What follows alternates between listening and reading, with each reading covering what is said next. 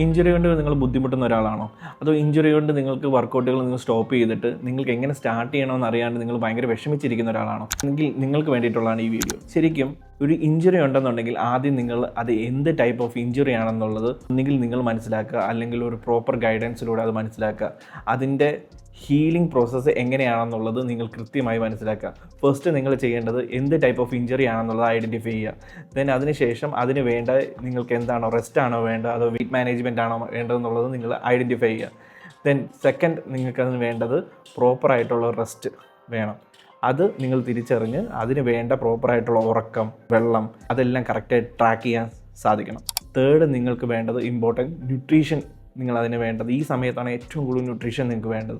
So ആ സമയത്ത് നിങ്ങൾ അതിനാവശ്യമായിട്ടുള്ള ന്യൂട്രീഷൻ നിങ്ങൾ എടുക്കണം.